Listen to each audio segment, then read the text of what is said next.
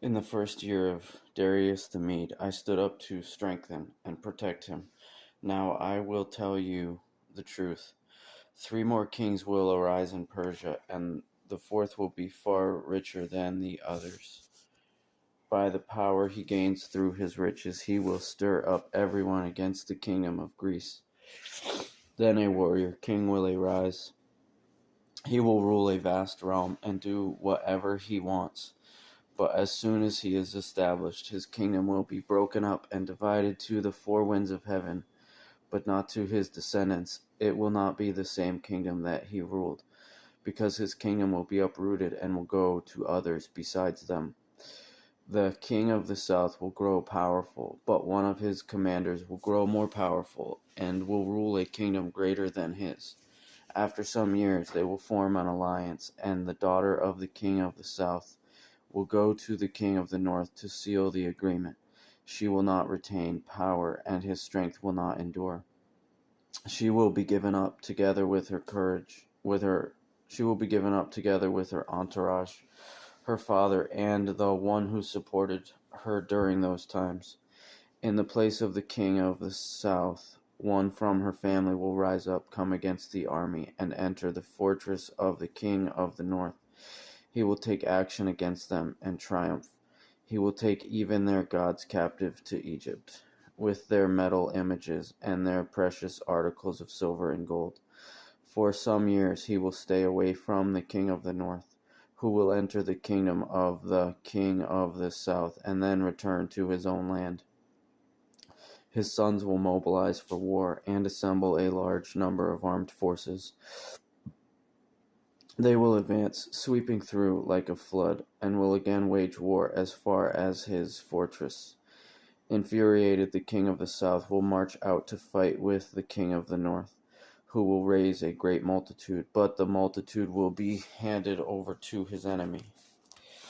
When the multitude is carried off, he will become arrogant and cause tens of thousands to fall, but he will not triumph. The king of the north will again raise a multitude larger than the first. After some years, he will advance with a great army and many supplies. In those times, many will rise up against the king of the south.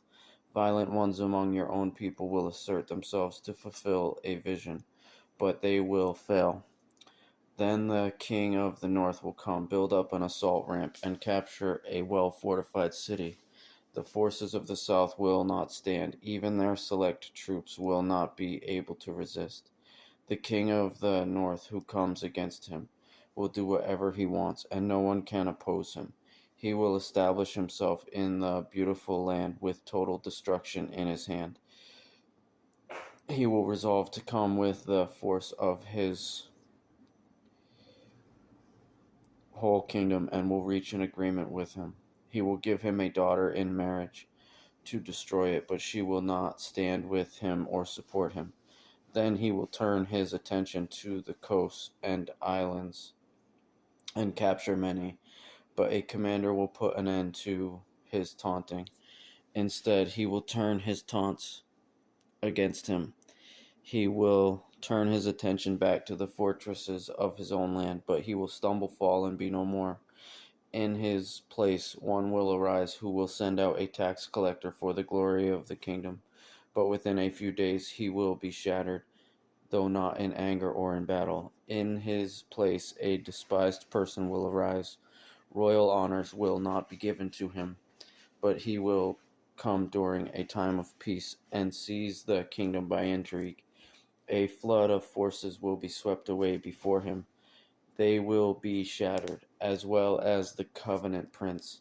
After an alliance is made with him, he will act deceitfully. He will rise to power with a small nation. During a time of peace, he will come into the richest parts of the province and do what his fathers and predecessors never did. He will lavish plunder, loot, and wealth on his followers, and he will make plans against fortified cities, but only for a time. With a large army he will stir up his power and his courage against the king of the south.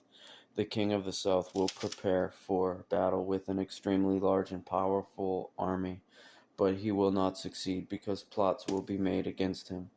Those who eat his provisions will destroy him. His army will be swept away, and many will fall slain. The two kings whose hearts are bent on evil will speak lies at the same table, but to no avail. For still the end will come at the appointed time. The king of the north will return to his land with great wealth, but his heart will be set against the holy covenant. He will take action, then return to his own land. At the appointed time he will come again to the south, but this time will not be like the first. Ships of Kittim will come against him, and being intimidated, he will withdraw. Then he will rage against the holy covenant and take action. On his return, he will favor those who abandon the holy covenant. His forces will rise up and desecrate the temple fortress. They will abolish the daily sacrifice and set up the abomination of desolation.